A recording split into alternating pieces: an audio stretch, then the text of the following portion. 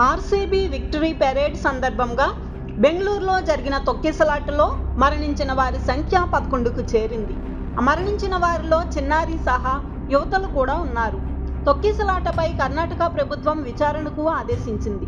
అనూహ్య రీతిలో 3 నుంచి 4 లక్షల మంది తరలి రావడంతో అదుపు చేయలేకపోవడంతోనే తొక్కిసలాట జరిగినట్లు ప్రాథమికంగా నిర్ధారించారు. ఉచిత పాసులు ఇస్తున్నారనే వదంతులు వ్యాపించడంతో స్టేడియం గేట్లను మూసివేయడం, ఊహించని రీతిలో జనం పోటెత్తడం వంటి అంశాలు కారణమయ్యాయని ప్రాథమికంగా అంచనా వేస్తున్నారు. బెంగళూరు తొక్కిసలాట ఘటనపై కర్ణాటక హైకోర్టు స్పందించింది. ఈ దుర్ఘటనను న్యాయస్థానం సుమోటోగా విచారణకు స్వీకరించింది. ఈ కేసుకు సంబంధించి విచారణను గురువారం చేపట్టింది. దేశవ్యాప్తంగా తీవ్ర దిగ్భ్రాంతికి గురి చేసిన ఈ సంఘటనకు బాధ్యులపై చర్యలు తీసుకోవాలనే డిమాండ్లు వెలువెత్తుతున్న ఈ నేపథ్యంలో కర్ణాటక హైకోర్టు విచారణకు చేపట్టింది. చిన్నస్వామి స్టేడియం దగ్గర జరిగిన తొక్కిసలాటపై ప్రముఖ పారిశ్రామికవేత్త హర్ష్ గోయంకా సోషల్ మీడియాలో షేర్ చేసిన పోస్టు చర్చనీయాంశమైంది. సామాన్యుల ప్రాణాలకు విలువ లేకుండా పోయిందన్నారు. దేశంలో ఇప్పటి వరకు ఇలాంటి ఘటనలు జరిగాయని, అయినా మారడం లేదన్నారు. సామాన్యుడి ప్రాణం విలువ చాయ్ కప్పు కంటే చౌకగా మారిందని ఆవేదన వ్యక్తం చేశారు. తొక్కిసలాటపై కర్ణాటక సీఎం సిద్ధరామయ్య సంచలన వ్యాఖ్యలు చేశారు. 11 మంది చనిపోతే ఇంత రాద్ధాంతం చేయాలా అని ప్రశ్నించారు. కుంభమేళా సమయంలో 50 నుంచి 60 మంది మరణించారని, అప్పుడు మేమేమైనా అన్నామా అని ఎదురు ప్రశ్నించారు. వియత్నాంలో తెలంగాణ విద్యార్థి మృతి చెందాడు. కొమరం భీం ఆసిఫాబాద్ జిల్లా కాగజ్ నగర్కు చెందిన అర్షిద్ అర్జున్ ప్రతిమ దంపతులకు కుమారుడు అర్షిద్ అస్రిత్ వియత్నాంలోని కాంతో సిటీలో MBBS తృతీయ సంవత్సరం చదువుతున్నాడు.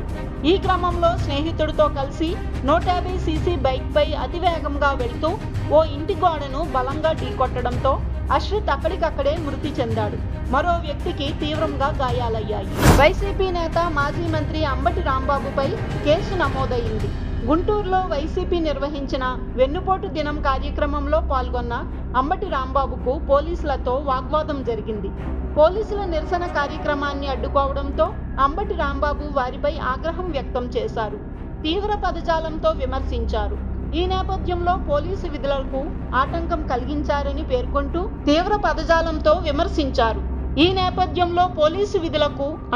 కలిగించారని పేర్కొంటూ పట్టాభిపురం పోలీస్ స్టేషన్లో అంబటి రాంబాబుతో పాటు మరికొందరు వైసీపీ నాయకులపై సెక్షన్ 353 కింద కేసు నమోదు చేశారు. హైదరాబాద్ ఆల్వాల్లో హైడ్రా అధికారులు అక్రమ నిర్మాణాలకు కూల్చేశారు. పోలీస్ బందోబస్తు నడుమ జేసీబీ సహాయంతో 3 భవన నిర్మాణాలను నేలమట్టం చేశారు.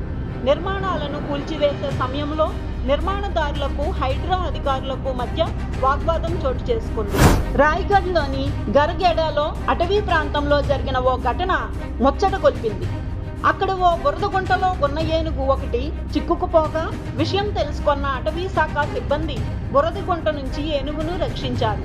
పైకి వచ్చిన ఏనుగు తన తొండంతో జేసీబీకి థ్యాంక్స్ చెప్పి వెళ్లిపోయింది. పర్యావరణ దినోత్సవం సందర్భంగా ప్రధాని నరేంద్ర మోదీ తన నివాసంలో ఓ మొక్కను నాటారు.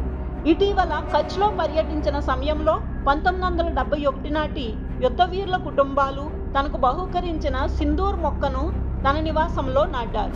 భారత్ స్పిన్నర్ కుల్దీప్ యాదవ్ త్వరలో వివాహ బంధంలోకి అడుగుపెట్టనున్నారు. ఆయన తన చిన్ననాటి స్నేహితురాలు వంశికను పెళ్లాడనున్నారు. వీరి నిశ్చితార్థం వేడుక లక్నోలో అత్యంత వైభవంగా జరిగింది.